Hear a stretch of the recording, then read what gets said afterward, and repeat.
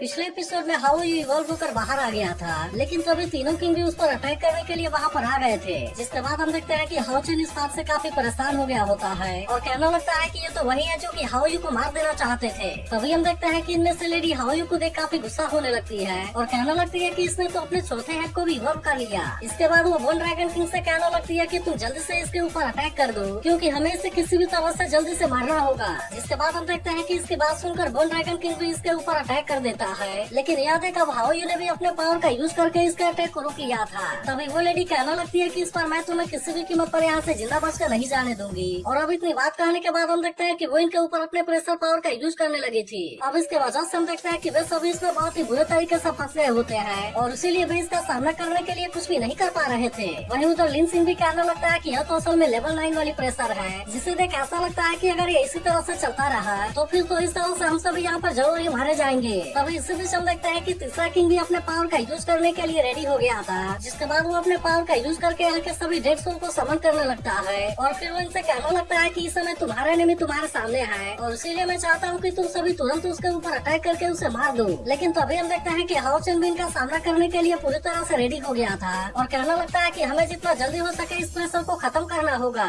वहीं दूसरी तरफ हम देखते हैं कि अब डेड सोल भी इनके ऊपर अटैक करने के लिए रेडी हो गए थे और फिर वे सभी तुरंत इनके तरफ आने भी लगते हैं। तो इससे देख हाउ चेन भी हाउ से अपने पावर को यूज करने के लिए कहता है, जिसके बारे में सुनकर हाउ भी तुरंत अपने पावर का यूज करने लगा था और इस तरह से वो यहाँ के प्रेशर को तोड़ने के लिए कोशिश करने लगता है। वहीं उधर सीमा सियान भी अपने लाइट हैमर का यूज करके यहाँ के डेड सोल का सामना करने की कोशिश कर रहा था, लेकिन असल में वो यहाँ के लेवल 9 वाले प्रेशर की वजह से अपने फुल पावर का यूज नहीं कर पा रहा होता और उसी वजह से वे डेड सोल इसके ऊपर भारी पड़ने लगते हैं। जिसके बाद सीमा सियान भी परेशान होते हुए कहता है कि अगर हमने इस प्रेशर को जल्दी से खत्म नहीं किया तो मुझे ऐसा लगता है कि हम सभी यहाँ पर बहुत ही बुरे तरीके से मारे जाएंगे। वहीं दूसरी तरफ हम देखते हैं कि सायर और बाकी लोग भी अपने पावर का यूज करके डेड सोल के ऊपर अटैक करने लगे थे और इस तरह से भी इनके अटैक से खुद को बचाने लगते हैं। तभी इसी बीच हम देखते हैं कि हाउ चेन भी यहाँ पर काफी परेशान हो गया था, इसीलिए वो हाउ यू से कहने लगता है कि अगर तुमने जल्दी से यहाँ पर कुछ नहीं किया तो फिर मुझे ऐसा लगता है कि हम सभी जरूर यहाँ पर मारे जाएंगे। जिसके बाद हम देखते हैं कि ऐसी बात सुनकर हाउ यू भी इसके लिए रेडी हो जाता है और अब वो यहाँ के प्रेशर वाले बैरियर को तोड़ने के लिए अपने और भी ज्यादा पावर का यूज करने लगा था। जिसके वजह से हम देखते हैं कि अब वो बैरियर इसके पावर के सामने ज्यादा समय के लिए कुछ नहीं कर पाती और अब इस तरह से हाउ यू ने अपने पावर का यूज करके इसे बहुत ही आसानी से डिस्ट्रॉय कर दिया था।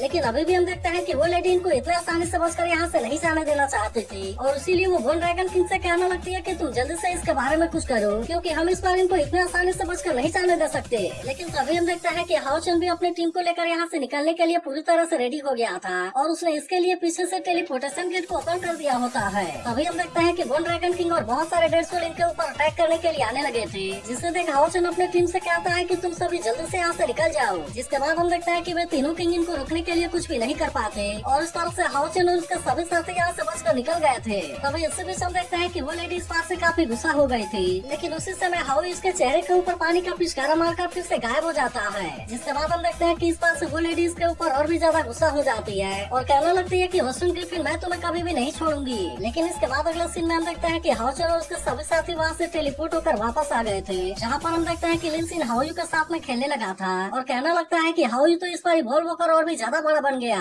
लेकिन तभी हम देखते हैं कि हाउ चेन हाउ के बारे में सोचकर काफी परेशान था, क्योंकि उसने इसके मेमोरी में उसे बहुत ही बुरे तरीके से इंजर्ड होते हुए देखा था और इसीलिए वो कहने लगता है कि क्या सच में यह चीज तुम्हारे पास से जुड़ी हुई है। इसके बाद वो अपने सभी टीममेट से इसके बारे में हेल्प करने के लिए थैंक यू कहता है, लेकिन असल में वो भी हाउ के साथ में कुछ समय अकेले रहना चाहता था और इसीलिए वो इनसे कहता है कि तुम सभी जाकर आराम करो। जिसके बाद हम देखते हैं कि सार भी इसके बात मारने के लिए रेडी हो गए थे और फिर वे सभी हाउ चेन और हाउ को अकेला छोड़कर यहाँ से चले जाते हैं। इसके बाद अगले सीन में हम देखते हैं कि वे दोनों एक साथ में अकेले होते हैं, जहाँ पर कि वे एक दूसरे के साथ में बहुत ही अच्छा टाइम स्पेंड कर रहे थे और फिर हाउ चेन हाउ से कहता है कि मैंने तो इसके बारे में उम्मीद भी नहीं किया था, जबकि तुम तो इस बार इवॉल्व होकर पहले से भी ज्यादा बड़े बन गए हो। इसके बाद हम देखते हैं कि हाउ चेन हाउ के चौथे हेड को भी नाम देने का डिसाइड करता है और फिर उसे कहता है कि मैं आपसे तुम्हें सियाओलान कहूंगा। लेकिन तभी वो नोटिस करता है कि सियाओलान अभी भी डरा हुआ है और इसीलिए वो इनको खाने के लिए इनका सबसे फेवरेट ड्राई फिश देता है। जिसके बाद हम देखते हैं कि बाकी तीनों तो अपने अपने हिस्से को जल्दी से खा गए थे, लेकिन वही उधर सियाओलान जैसे ही अपने हिस्से को खाने वाला होता है तभी रेड वाला आकर इसके भी हिस्से को खा जाता है। जिसके बाद हम देखते हैं कि इस बात से सियाओलान काफी उदास हो गया था, इसीलिए हाउ चेन भी रेड वाले से कहना लगता है कि तुम्हें ऐसा नहीं करना चाहिए था, क्योंकि वह तो असल में सियाओलान का हिस्सा था। तभी अचानक से हम देखते हैं कि वो डकार मारकर यहाँ के एक पेड़ के ऊपर आग लगा देता है, लेकिन इसे देखते ही सियाओलान तुरंत अपने वाटर का यूज करके इसे बुझा देता है। जिसके बाद हम देखते हैं कि हाउचन इस बात से सियाओलन से काफी इम्प्रेस हो गया था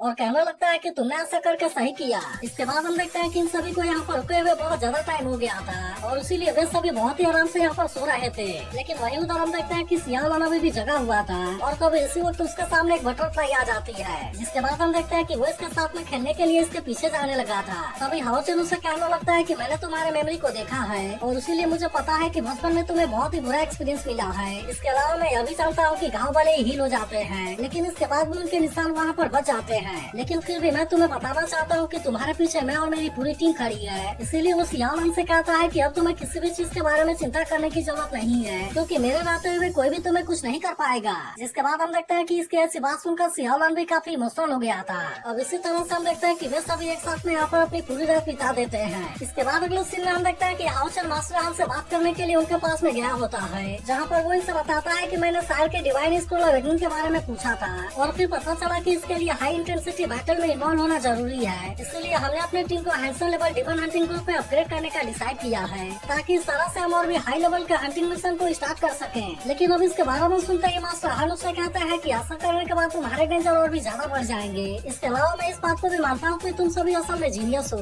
लेकिन तुम्हें भी इसके बारे में पता होना चाहिए कि ग्रोथ के लिए टाइम लगता है और इसीलिए मैं तुम्हें एडवाइस देना चाहता हूँ कि तुम अपग्रेड करने के लिए जल्दीबाजी ना करो। अब इतनी बात करने के बाद वो हाउचन से कहता है कि तुम्हें अभी और भी ज्यादा प्रैक्टिस करनी चाहिए और फिर उसके बाद तुम असेसमेंट के लिए मेरे पास में वापस आ सकते हो। लेकिन अभी भी हम देखते हैं कि हाउचन इनकी ऐसी बात मानने के लिए रेडी नहीं होता और वो मास्टर हान से कहता है कि हमारी टीम के पास में किसी भी रिस्क से डील करने के लिए एबिलिटी है, इसलिए मैं चाहता हूँ कि आप हमें ऐसा करने दीजिए। लेकिन तो अभी मास्टर हान उससे पूछता है कि तुम्हें ऐसा क्यों लगता है कि तुम्हारे टीममेट्स इसके लिए रेडी हैं? तब इस पर हाउचन इनसे कहता है कि मैं तो इनका लीडर हूँ और इसी वजह से मुझे इनके ताकत और पावर के बारे में बहुत ही अच्छे से पता है। जिसके बाद ऐसी बात सुनकर मास्टर हान इनसे कहते हैं मुझे भी पता है कि तुम असेसमेंट के लिए एलिजिबल हो, लेकिन अलायंस की हिस्ट्री में आज तक कभी भी ऐसा यंग और हैंडसम टीम हंटिंग ग्रुप नहीं बना था। तब इस पर हाउचन इनसे कहता है कि अगर ऐसी बात है तो आप हमारे साथ में कोई बाजी क्यों नहीं लगा लेते। इसके बाद वो इनसे कहता है कि आप हमारी टीम के असेसमेंट के लिए अप्रूवल दे दीजिए। इसीलिए अगर इसके दौरान इनमें से कोई भी असेसमेंट में फेल हो गया तब उसके बाद न केवल मेरी टीम को फेल माना जाएगा, बल्कि इसी के साथ हम अपनी टीम के लेवल को डाउनग्रेड कर देंगे। जिसके बाद हम देखते हैं कि ऐसी बात सुनते ही मास्टर हान भी इससे काफी इम्प्रेस हो गए थे और फिर वह हाउचन से कहने लगता है कि तुम तो डीमन हंटिंग ग्रुप के साथ में बहुत ही एक्सीलेंट लीडर हो, जिसकी वजह से मुझे पता है कि तुम इसे बहुत ही आसानी से पास कर लोगे और इसीलिए अगर तुम चाहो तो तुम इसे स्किप कर सकते हो। लेकिन असल में मैं तुम्हारे टीममेट्स के बारे में जानने के लिए क्यूरियस हूँ और इसीलिए मैं भी देखना चाहता हूँ कि क्या सच में इनके पास में इसके लिए ताकत है। लेकिन तो अभी वो इनसे कहता है कि मैं इस असेसमेंट को और भी ज्यादा डिफिकल्ट बना दूंगा, क्योंकि इसके अंदर सभी एग्जामिनर लेवल 7 वाले होंगे और उसके अलावा इस बार हम तुम्हारे वीकनेस को टारगेट करने के लिए कोशिश करेंगे। लेकिन इसके बाद भी हम देखते हैं कि हाउचन की टीम को इसके बारे में कोई भी चिंता नहीं होती और अब हाउचन भी इनकी यह बात मानने के लिए रेडी हो गया था। इसके बाद अगले सीन में हम देखते हैं कि वेंग युआन एक एग्जामिनर के साथ में फाइट कर रही होती है, जहाँ पर कि वो इस अटैक को बहुत ही आसानी से रोक रहा था और इसीलिए वेंग युआन इसके सामने यहाँ पर ज्यादा कुछ नहीं कर पा रही थी। अभी वो वेंग युआन से कहने लगता है कि तुम्हारे पास में टाइगर के जैसी ताकत है, इसके अलावा तुम तो रैबिट के जैसे मूव करती हो, इसीलिए सच में तुम्हारे पास में भी सीनियर रिंगाकुआन के जैसे वैल्यू है। लेकिन फिर वो कहना लगता है कि तुम्हारी फिस्ट अभी भी बहुत यंग है, इसीलिए अगर तुम अपने पूरे ताकत का भी यूज करके अटैक करोगे तो कुछ नहीं होगा। जिसके बाद हम देखते हैं कि ऐसी बात सुनकर वेंग युआन में फाइट के लिए सीरियस हो गए थे और अब वो इसके ऊपर अटैक करने के लिए अपने जाइंट सील का यूज करने लगती है। लेकिन तभी हम देखते हैं कि वो इसके अटैक से खुद को बहुत ही आसानी से बचा रहा था और फिर वो कहना लगता है कि हमने यहाँ पर आने से पहले तुम्हारी इन्फॉर्मेशन के बारे में बहुत ही अच्छे से इन्वेस्टिगेशन किया है, इसीलिए मुझे पता है कि तुम्हारा जाइंट सील असल में बहुत ज्यादा पावरफुल है, लेकिन असल में फिर भी यह बहुत ज्यादा बल्कि है। तभी अचानक से हम देखते हैं कि वो वेंग युआन के सामने से गायब हो जाता है और अब इस तरह से वो अपने स्वॉर्ड का यूज करके इसके ऊपर अटैक करने के लिए आ गया था। लेकिन तभी हम देखते हैं कि वेंग युआन भी इसका सामना करने के लिए रेडी हो गई थी और इसीलिए वो अपने जाइंट सील का यूज करके इसके अटैक को रोकने लगती है। वहीं उधर सीमा सियान भी अपने लाइट हैमर का यूज करके एक सीनियर के ऊपर अटैक करने के लिए जाता है, लेकिन हम देखते हैं कि उस सीनियर ने इसके अटैक को बहुत ही आसानी से रोक लिया था, जिससे देखते ही सीमा सियान हैरान होते हुए कहता है कि ये क्या हो गया। जिस पर वो सीनियर उसे कहने लगता है कि तुम इस बात से इतने हैरान क्यों हो गए और क्या तुम्हें ऐसा लगता है कि ये किलर तुम्हारे अटैक को नहीं रोक पाएगा। अब इतनी बात कहने के बाद हम देखते हैं कि वो सीनियर इसका सामना करने के लिए पूरी तरह से रेडी हो गया था और कहने लगता है कि चलो देखते हैं कि किलर किस तरह से फाइट करते हैं। जिसके बाद हम देखते हैं कि ऐसी बात सुनकर सीमा सियान भी इसके ऊपर अटैक करने के लिए पूरी तरह से रेडी हो गया था और फिर वो तुरंत ही अपने super invincible mighty meteor hammer का यूज करके अटैक करने के लिए चला जाता है। लेकिन तभी हम देखते हैं कि सीनियर ने अपने होली लाइट वाले वेरिएंट का यूज करके इसके अटैक को बहुत ही आसानी से रोक दिया था, जिसे देखते ही सीमा सियान पूरी तरह से हैरान हो जाता है। तब इस पर वो सीनियर उससे कहना लगता है कि अब तुम इसके सामने कुछ भी नहीं कर पाओगे, क्योंकि मेरे ऊपर जो भी अटैक करने की कोशिश करेगा वो इसके पावर को बाउंस बैक कर देगा। लेकिन इसके बाद भी हम देखते हैं कि सेबास्टियन इसके सामने हार मानने के लिए रेडी नहीं होता और अब इस तरह से वो फिर से इसका सामना करने के लिए पूरी तरह से रेडी हो गया था। वहीं दूसरी तरफ हम देखते हैं कि चेन ने अपने लिविंग गेट का यूज किया था और इसके अंदर से इस बार भी वही से बाहर आया होता है। तो इससे देख उसके सामने वाला सीनियर कहने लगता है कि अब तो तुम इसके मदद से मेरा कुछ भी नहीं कर पाओगी और इसीलिए मुझे ऐसा लगता है कि तुम इस असेसमेंट में बहुत ही आसानी से फेल होने वाली हो। अब इतनी बात कहने के बाद हम देखते हैं कि उसने इसके ऊपर अटैक करने के लिए फॉक्स को समन कर लिया था, जिसे देखते ही चेन इस बात से काफी डर जाती है। वहीं दूसरी तरफ हम देखते हैं कि लिन सिन भी अपने पावर का यूज करके एक सीनियर के ऊपर अटैक करने की कोशिश कर रहा था, लेकिन उस सीनियर ने भी अपने चारों तरफ एक बैरियर को क्रिएट कर लिया होता है, जिसके वजह से लिन सिन भी इसके सामने कुछ नहीं कर पा रहा था और अब इसीलिए वो इसके ऊपर गुस्सा होते हुए कहने लगता है कि आखिरकार तुम मुझसे ज्यादा बेटर कैसे हो सकते हो। तब इस पर वो सीनियर कहने लगता है कि सभी को पता है कि तुम पूरे मैजिक पैलेस में सबसे काबिल इंसान हो, लेकिन असल में इस चीज को दूसरे के मेडिसिन से उसी का इलाज करना बोला जाता है। इसके बाद वो इसका मजाक उड़ाते हुए कहता है कि शायद अब इसके लिए तुम्हें कल आना चाहिए, क्योंकि मेरी वाइफ मेरे लिए खाना बनाकर घर पर मेरा वेट कर रही है। इसके बाद वो उससे कहता है कि अब मैं तुम्हें इसके लिए केवल 1 मिनट का टाइम दूंगा और इसीलिए अगर तुम केवल इतनी टाइम में मुझे नॉकआउट नहीं कर पाए तो तुम इसमें हार जाओगे। जिसके बाद हम देखते हैं कि इसके बारे में सुनकर लिन सिन भी इसके लिए रेडी हो गया था और फिर वो कहना लगता है कि आखिरकार तुमने मुझे इसे यूज करने के लिए मजबूर। के बाद लिन सिन ने उससे कहा था कि आखिरकार तुमने मुझे इस पावर को यूज करने के लिए मजबूर कर दिया। वहीं दूसरी तरफ हम देखते हैं कि हान्यू का सामना खुद उसके ग्रैंडफादर मास्टर हान से हो रहा था, जो कि इसके ऊपर भारी पड़ते हुए नजर आ रहे थे।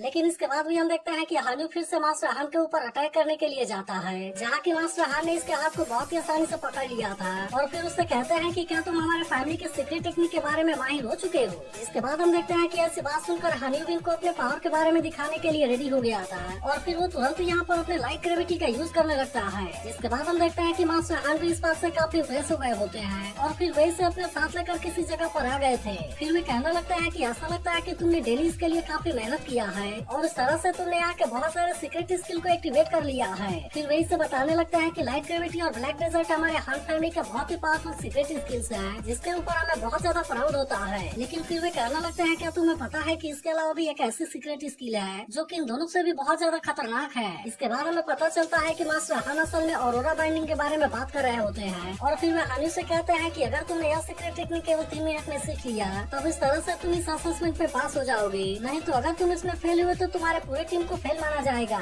जिसके बाद हम देखते हैं कि ऐसी बात सुनकर हानी भी इसके लिए रेडी हो गया था, क्योंकि वो किसी भी कीमत पर अपने वजह से टीम को फेल होते हुए नहीं देख सकता था। इसके बाद हम देखते हैं कि वो इसे एक्टिवेट करके इसके अंदर आ गया था, जहाँ पर कि बहुत सारे क्रिएचर इसके ऊपर अटैक करने के लिए आने लगते हैं और उसी देख अब हानी भी इनका सामना करने के लिए पूरी तरह से रेडी हो गया था। वहीं दूसरी तरफ हम देखते हैं कि इनके बारे में सोचकर हाओचन भी काफी परेशान हो रहा था और फिर वो कहने लगता है कि वे तो अभी तक भी बाहर नहीं आए और ये असेसमेंट भी अब केवल कुछ ही देर में खत्म होने वाला है। अब इसके वजह से हम देखते हैं कि हाओचन को भी इसके बारे में चिंता होने लगी थी और फिर वो सोचने लगता है कहीं ऐसा तो नहीं कि हम इसमें फेल होने वाले हैं। लेकिन इसके बाद भी हम देखते हैं कि हाओचन को अपनी टीम के ऊपर पूरा यकीन था और इसीलिए उसे पता होता है कि वे इसमें पास जरूर होंगे। वहीं दूसरी ओर हम देखते हैं कि सार के सामने एक असैसिन से हो रहा था, जो कि बहुत ही पावरफुल तरीके से सार के ऊपर अटैक करने की कोशिश कर रहा था। लेकिन हम देखते हैं कि सार भी इतनी आसानी से इसके सामने हार मानने वाली नहीं होती और वह भी बड़े शानदार तरीके से इसका सामना करते हुए टक्कर देने लगी थी। इसके बाद हम देखते हैं कि सार ने इसका सामना करने के लिए अपने क्लोन वाले टेक्निक को भी एक्टिवेट कर लिया था और अब इस तरह से वो इसका यूज करके चारों तरफ से इसके ऊपर अटैक करने लगती है। लेकिन हम देखते हैं कि वो असैसिन भी असल में बहुत ज्यादा पावरफुल होता है और इसीलिए उसे हरा पाना सार के लिए भी इतना आसान नहीं होता। लेकिन तभी अचानक से हम देखते हैं कि सार ने अपने हुनी 10,000 रेन का यूज करके अटैक कर दिया था, जिसका सामना करने के लिए वो असैसिन कुछ भी नहीं कर पाता और अब इस तरह से हम देखते हैं कि सार इसके ऊपर भारी पड़ने लगी थी। तभी इसी बीच हम देखते हैं कि सार फिर से इसके ऊपर अटैक करने के लिए आने लगती है, लेकिन इसे देख वो असैसिन भी अपने वेपन का यूज करके इसके ऊपर अटैक करने के लिए रेडी हो गया था और फिर वो इसके लिए वेपन को इसके ऊपर टारगेट करने लगता है। इसके बाद वो सही चांस मिलते ही सार के ऊपर अटैक करने के लिए आ गया था, लेकिन तभी हम देखते हैं कि सार भी इसके बारे में पूरी तरह से अलर्ट होती है और इसीलिए वो तुरंत उसके सामने से गायब होकर पीछे से आकर इसके ऊपर अटैक कर देती है। इसके अलावा हम देखते हैं कि वो असैसिन खुद अपने ही वेपन से इंजर्ड हो जाता है और अब इस तरह से सार ने उसे यहाँ पर बहुत ही आसानी से हरा दिया था। वहीं उधर एक सीनियर अपने स्वॉर्ड पावर का यूज करके वेंग जुआन के ऊपर अटैक करने जा रहा था, लेकिन तभी हम देखते हैं कि वेंग जुआन भी अपने स्पिरिचुअल फर्नेस के पावर को एक्टिवेट कर लेती है और उस तरह से उसने सीनियर के अटैक से खुद को बहुत ही आसानी से बचा लिया था। लेकिन तभी हम देखते हैं कि वो बहुत ही स्पीड से टेलीपोर्ट होकर इसके ऊपर अटैक भी करने लगती है, जिसके वजह से वो सीनियर इसके ऐसे पावर के सामने कुछ भी नहीं कर पाता और हम देखते हैं कि वो वेंग जुआन के सामने बहुत ही बुरे तरीके से कंफ्यूज हो गया था। इसके बाद हम देखते हैं कि वेंग जुआन इसके ऊपर लगातार अटैक करने लगी थी, जिसके वजह से वो सीनियर इसका सामना करने के लिए ज्यादा कुछ नहीं कर पा रहा था। तभी अचानक से हम देखते हैं कि बेंगजुआन अपने जाइंट सील के पावर का भी यूज करके इसके ऊपर अटैक कर देती है, जिसके वजह से वो सीनियर इसके ऐसे पावर को रोकने के लिए कुछ भी नहीं कर पाता और इस तरह से बेंगजुआन ने यहाँ पर उसे बहुत ही बुरे तरीके से हरा दिया था। लेकिन इसके बाद भी हम देखते हैं कि वो सीनियर इसके ऐसे पावर से कंफ्यूज होता है, जिसके बाद बेंगजुआन उसे बताती है कि मैंने ऐसा यहाँ पर कुछ भी नहीं किया, बल्कि यह सब तो मेरी स्पेस के सोल फर्नेस ने किया। फिर हमें पता चलता है कि वो इसके पावर का यूज करके जहाँ भी चाहे आसानी से टेलीपोर्ट हो सकती है, जिसके बाद हम देखते हैं कि इसके बारे में जानकर सीनियर भी इस बात से पूरी तरह हैरान हो गया था। इसी के साथ वो कहने लगता है कि यह तो सबसे रेयर वाला स्पेस स्पिरिचुअल फर्नेस है। लेकिन इसके बाद हम देखते हैं कि आखिरकार बेंगजुआन इसमें इस तरह से पास हो जाती है। वहीं अब उधर सीमासियान भी अपने पर्पल फैंटेसी गॉड के अंदर स्पिरिचुअल फर्नेस का यूज करने लगा था, जिसके वजह से अब इसके पास में बहुत ही खतरनाक थंडर पावर आ गई थी और फिर सीमासियान इसका यूज करते हुए सीनियर के ऊपर अटैक करने के लिए आ जाता है। लेकिन इस बार हम देखते हैं कि वो सीनियर इसके ऐसे पावर के सामने कुछ भी नहीं कर पा रहा था और सीमासियान इस पावर का यूज करते हुए उसे बहुत ही शानदार तरीके से टक्कर देने लगता है। अब इसे देख वो सीनियर अपने होली लाइट बैरियर का भी यूज करके इसके अटैक को रोकने के लिए कोशिश करता है। लेकिन इसके बाद भी हम देखते हैं कि सीमासियान के ऐसे पावर के सामने उसका बैरियर कुछ भी नहीं कर पाता और अब इस तरह से सीमासियान ने उसे बहुत ही आसानी से हरा दिया था। वहीं अब उधर चेन भी अपने पावर का जलवा दिखाने के लिए रेडी हो गई होती है, जहाँ पर हम देखते हैं कि वह भी अपने स्पिरिचुअल फर्नेस के पावर का यूज करने के लिए रेडी हो गई थी और अब इस तरह से वो इस पावर का यूज करके अपने बाकी के दोनों लिविंग गेट को भी एक्टिवेट कर लेती है। जिसके बाद हम देखते हैं कि इस बात से उसका सामने वाला सीनियर भी पूरी तरह से हैरान हो गया था और फिर वो कहने लगता है कि तुमने 3 लिविंग गेट का यूज कैसे कर लिया। लेकिन तभी हम देखते हैं कि चेन ने यहाँ पर और भी 2 बीच को समन कर लिया था, जो कि चारों तरफ से फॉक्स के ऊपर अटैक करने लगते हैं और फिर इस तरह से वे इसे बहुत ही आसानी से हरा देते हैं। तब इससे देख वो सीनियर चेन से पूछने लगता है कि तुमने ऐसा कैसे किया। जिसके बाद चेन उसे बताती है कि इसके पीछे मेरा सोल स्टैक टाइम फर्नेस की पावर है, जिसका यूज करके मैं एक साथ में 3 लिविंग गेट को ओपन कर सकती हूँ। जिसके बाद हम देखते हैं कि इसके बारे में जानकर वह सीनियर और भी ज्यादा हैरान हो जाता है और वही चेन खुश होते हुए कहती है कि मैं तो इसमें बहुत ही आसानी से जीत गई। वहीं अब लिंक सिंह भी अपने हार्ट फिनिक्स वाले स्किल का यूज करने के लिए रेडी हो गया था, जिसे देखते ही उसके सामने वाला सीनियर हैरान होते हुए कहता है कि यह तो स्पेशल फर्नेस की स्किल है। लेकिन तभी हम देखते हैं कि लिंक सिंह ने इसके पावर का यूज करके उसके ऊपर अटैक कर दिया था, जिसके वजह से उसका बैरियर इसके ऐसे पावर को रोकने के लिए कुछ भी नहीं कर पाता और फिर हम देखते हैं कि लिंक सिंह ने इस तरह से उसे बहुत ही आसानी से हरा दिया था। फिर वो कहना लगता है कि मेरा heart film Phoenix spiritual furnace तो 2 स्पिरिचुअल फर्नेस का फ्यूजन है, जिसके वजह से मुझे ऐसा लगता है कि मैं एक रियल टैलेंटेड मैजिशियन हूँ। और फिर वो इसके टाइमर वॉच को देते हुए कहता है कि अब तुम यहाँ से जा सकते हो। वहीं अब उधर हानियो ने भी ऑरोरा बाइंडिंग स्किल को मास्टर कर लिया था, जिसके बाद हम देखते हैं कि वे क्रिएचर इसके सामने कुछ भी नहीं कर पाते और फिर हानियो ने इसके पावर का यूज करके इनको बहुत ही आसानी से हरा दिया था। जिसके बाद हम देखते हैं कि इस बात से उसके ग्रैंडफादर मास्टर हान भी इस बात से काफी खुश हो गए थे और फिर उसे कहना लगता है कि तुमने तो इसे पास कर लिया। और इसके कुछ देर के बाद हम देखते हैं कि वे सभी असेसमेंट को पास करके वहाँ से बाहर आ गए थे, जहाँ पर हम देखते हैं कि एक आवाज इनको इसके लिए कांग्रेचुलेट करने लगती है और कहने लगती है उम्मीद है कि यह यंगेस्ट डिवीजन लेवल वाला डीमन हंटिंग टीम आने वाले समय में और भी बहुत सारे मिरेकल को क्रिएट करेगा। इसके बाद अगले सीन में हम उस जगह को देखते हैं जहाँ पर कि अभाव कैद हुआ था, लेकिन अभी भी हम देखते हैं कि वो बहुत ही आसानी से सर्वाइव करके बाहर आ गया था और अब उसे देखते हैं उसके सभी लोग भी उसे ग्रीट करने लगते हैं। लेकिन तभी हमें पता चलता है कि अभाव सभी डीमन हंटर के ऊपर बहुत ज्यादा गुस्सा हो गया था, इसीलिए वो कहने लगता है कि अब तुम अपने तबाही का सामना करने के लिए रेडी हो जाओ। इसी के साथ वो अपने सभी लोगों से कहता है कि जो कोई भी हमारे क्लैन के अंदर घुसपैठ करने की कोशिश करे, मैं चाहता हूँ कि तुम बिना पूछे उनको मार देना और इसके बारे में तुम्हें रिपोर्ट करने की भी कोई जरूरत नहीं है। जिसके बाद हम देखते हैं कि इसके बारे में सुनकर वे भी इसके लिए पूरी तरह से रेडी हो गए थे। लेकिन तभी हम देखते हैं कि अभाव असल में सबसे ज्यादा हाउचन के ऊपर गुस्सा था, इसीलिए वो कहने लगता है कि हाउचन अब तुम मेरे नजरों से बच कर रहना, क्योंकि अगर मैंने कहीं पर भी तुम्हें देख लिया तो मैं तुम्हें वहीं पर अपने हाथों से मार दूंगा। वहीं अब उधर इसके बाकी सभी लोग भी इसकी बात मानने के लिए रेडी हो गए थे। तभी अभाव फिर से गुस्से में कहने लगता है कि हाउचन तुम एक बार फिर से मेरे क्लैन के अंदर आने की हिम्मत करो, क्योंकि उसके बाद मैं तुम्हें यहाँ से जिंदा बचकर नहीं जाने दूंगा। लेकिन तभी अगले सीन में हमें पता चलता है कि हाउचन की टीम को 16 डीमन हंटिंग मिशन रिसीव हुए हैं। लेकिन हम देखते हैं कि इसके बारे में जानकर मास्टर हान भी इससे थोड़ा सा परेशान हो गए होते हैं, क्योंकि उनको अच्छे से पता था कि डीमन इस समय बिल्कुल भी शांत नहीं है और इसीलिए वे ऑर्डर देते हैं कि हमें उनके मूवमेंट के ऊपर पूरी तरह से नजर रखना होगा।